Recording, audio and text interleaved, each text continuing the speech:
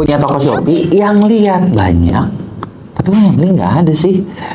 Gini, gue yakin pasti banyak di antara kalian ngalamin hal ini. Dan jujur sih, gue bilang selamat, tau gak lo? Kenapa gue bilang selamat? Karena sebenarnya lu satu langkah lagi doang buat laku. Kalau tahu caranya, kalau kagak tahu, selamat. Lo bakal mengalami masa keboncosan yang tiada akhirnya. Terus harus gimana nih ceritanya nih biar toko kalian laku? Sebelum gue bahas, buat kalian yang baru nonton, jangan lupa buat lo klik subscribe dan aktifin tombol lonceng notifikasinya ya.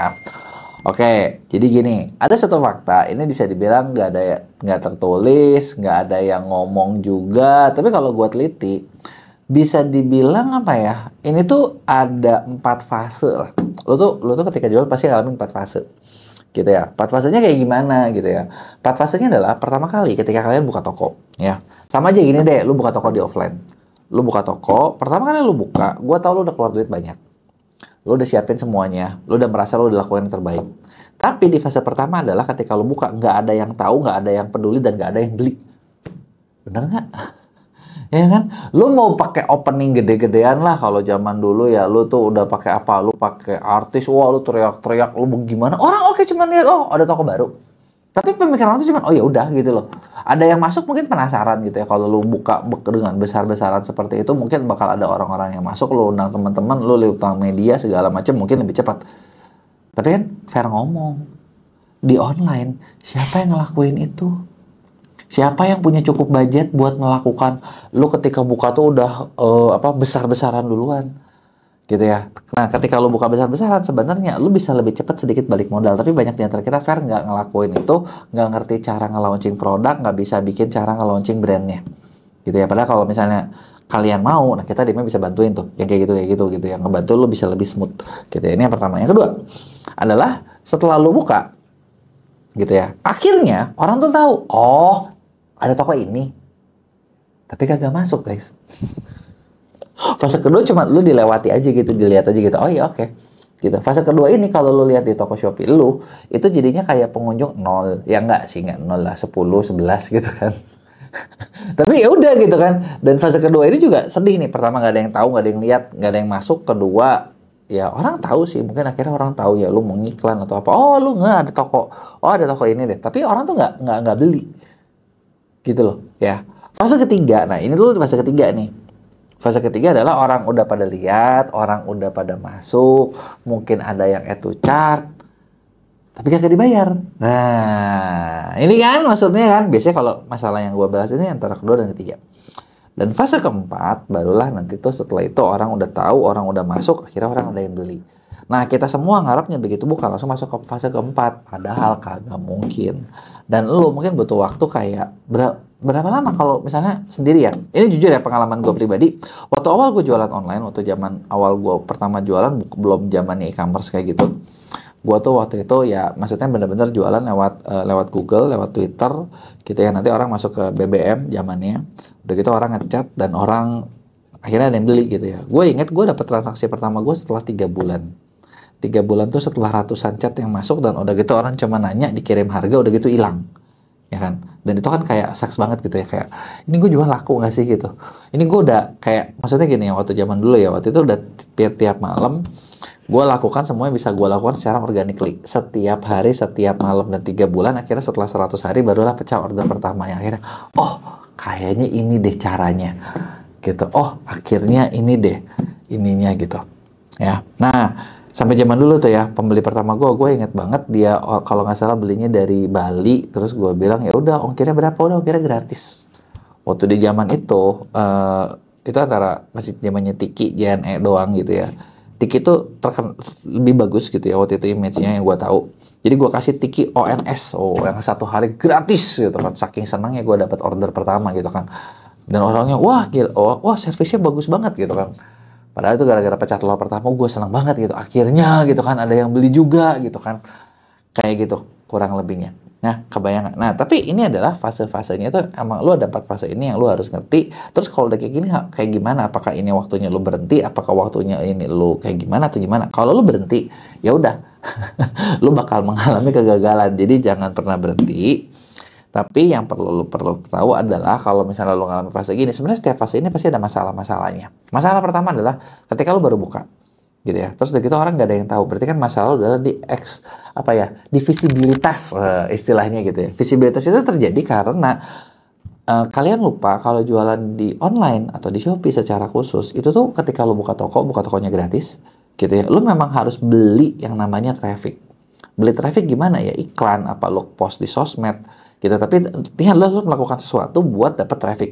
Kalau mau yang gratis bisa, tapi lo harus kerja keras.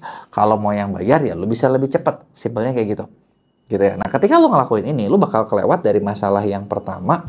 Pertama itu adalah nggak ada yang lihat sampai akhirnya ada orang-orang yang lihat dan ada orang-orang yang tahu. Kebayang ya? Nah, ketika ini lo ngelewatin, berarti masalah 1 dan 3 itu solusinya cuma 1. 1, 2, 3 itu masalahnya adalah lu trafficnya udah kelihatan apa belum. Tapi masalah traffic itu cuma bisa nganterin lu sampai ke nomor 3. Kebayang nggak? Jadi kalau masalah itu kan nggak ada yang tahu, nggak ada yang masuk, gitu ya. Artinya lu butuh traffic dong. Oke, orang udah tahu. Nah, ketika lu beli traffic, orang nggak langsung masuk, orang tahu dulu. Kebayang nggak? Nah, udah gitu ketika orang udah dari orang udah tahu nggak ada yang masuk, orang sering lihat, akhirnya orang masuk. 1, 2, 3. Masalahnya 1. Bisa beli trafficnya nggak lo? Nah, tapi traffic doang tidak akan mendapatkan yang namanya pembelian. Tidak akan mendapatkan orang yang namanya bayar. Kenapa? Karena gini, oke, gue tahu, oke, gue masuk, oke, gue datang. Tapi kalau buat orang nggak ada yang menarik buat dibeli, nah, PR lagi kan. Nah, artinya apa? Selewat dari masalah ini sebenarnya sesimpel adalah lu benahin gimana caranya biar barang kalian itu disebutnya market fit atau biar barang kalian itu orang mau bayar. Nah, solusinya gimana nih biar barang lu orang mau bayar? Nah, ternyata ada beberapa solusi. Solusi pertama adalah lu pastiin dulu produk yang kalian jual itu memang yang dicari orang. Nah, ibarat gini, lu bayangin deh, contoh masker medis sekarang pencariannya udah turun. Gue jual masker medis sejago apapun, gue bikin strategi di e-commerce itu tidak akan mungkin pernah laku lagi sekencang kayak dulu. Kenapa? Kalau dulu semua orang pakai masker medis, kalau sekarang yang pakai masker medis tinggal nakes doang. Ya kan, mau operasi, mau di rumah sakit, atau mungkin orang ngerasa, aduh gue lagi gak enak badan, orang sadar jadi pakai masker medis. Udah, cuma situ doang gitu loh marketnya. Bener nggak? Nah, jadi pertama lo lihat dulu nih, barang lo banyak yang butuh apa enggak. Terus kalau orang yang butuh, orang tuh butuhnya pengennya kayak gimana. Harganya sesuai apa enggak. Fungsinya sesuai sama yang orang tak mau apa enggak. Nah, 1, 2, 3, 4 ini bakal memastikan masalah lo tuh, produk lo tuh gampang laku atau enggak. Nah, ini yang pertama. Nah, yang kedua adalah setelah ini lo beresin, misalnya lo jual baju nih. Bajunya sesuai enggak? Sesuai sama tren enggak? Orang mau enggak? Masuk budget enggak? Kayak gitu lah ya. Nah, yang kedua adalah barang ini di online udah tampilnya cakep apa belum? Nah, cakep apa belum gimana? Dari foto, dari bannernya mungkin, terus udah gitu dari deskripsinya, dari ulasannya, dari judulnya. Nah, inilah yang lo benahin. Ketika ini lo benahin, ini bakal bikin produk lo ini lebih menarik gitu ya, lebih menarik, lebih menjual, dan ketika dikasih traffic, nah ini yang bakal bikin orang akhirnya yang tadinya lihat jadi beli. Oh iya, gue kelewat. Tahu nggak apa yang gue kelewat? Selain itu, jangan lupa ketika lo bikin offering, ada nggak scarcity-nya? Scarcity itu gini, keterdesakan orang buat beli sekarang. Contoh, misalnya, lo bayangin deh, lo buat barang gitu ya, buat produk. Terus ya udah, nggak ada ajakan kayak, kakak ini promo kita 2 hari lagi habis ya, besok habis ya, flash sale-nya hilang ya. Nah, itu bakal bikin orang, oke, gue butuh tapi nanti deh. Nah, itu bikinnya apa? Keranjang lu banyak, tapi kagak ada yang check out. Nah, tapi ketika lu puterin tuh, strategi flash sale, strategi promo atau apa, itu bikin orang ngerasa, waduh, kapan lagi ya? Kalau gue beli sekarang, mumpung lagi diskon nih, sering kan? Kalian ngedengar kalimat itu. Nah, ketika lagi diskon, itu bakal bikin orang mau belanja saat ini juga. Dan saat ini juga itu bisa bikin penjualan kalian itu naik dengan cepat. Jadi, kebayang ya, gimana caranya gitu ya. Ya, sebenarnya kalau gua rangkum nih yang gua bilang tadi, kita tuh sebenarnya ngelakuin beberapa hal yang tadi gua bahas. Jadi kayak misalnya gini, orang begitu awal buka toko, lu harus bisa buka toko dengan benar. Jadi ada step-stepnya. Makanya di kita punya namanya jasa buka toko online. Jadi dibikinin tuh tokonya kayak gimana, dikonsepin seperti apa, produknya apa yang harusnya nanti bakal dinaikin. itu semua bakal bakal di set. Kemudian setelah buka toko online, yang kedua adalah lu perlu launching si produknya ini supaya bisa keterima sama publik, keterima di marketplace. Minimal kan kita jualan di e-commerce di Shopee ya. Berarti di Shopee produk lu tuh masuk produk yang kerekomendasiin deh. Karena kalau produk lu nggak kerekomendasiin, susah. Beneran. Dan ketiga, baru lalu scale up. Jadi 3 tahapan itu tadi yang bakal ngebantu kalian buat jauh lebih smooth.